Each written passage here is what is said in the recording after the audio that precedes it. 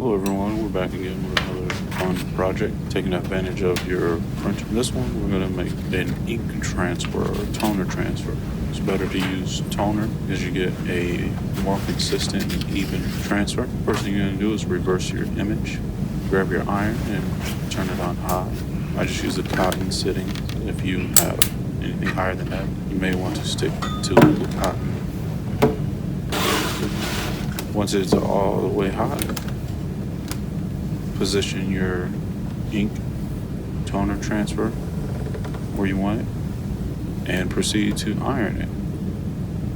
As you can see, I'm trying to give it nice even pressure by not using the handle and place my hand lower.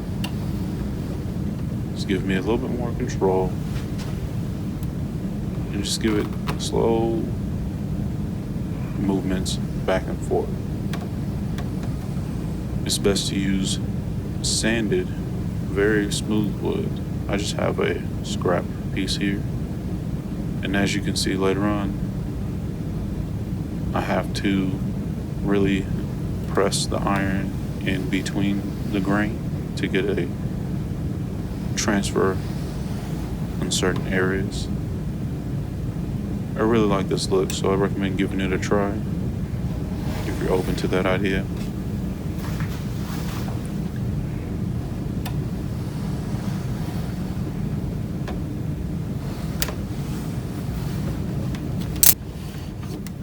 Don't be afraid to take a peek, just don't yank it up. Take your time.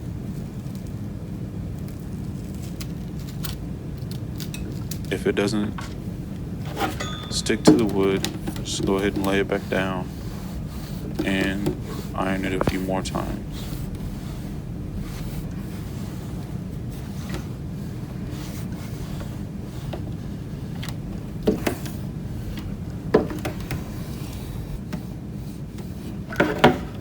And that's it.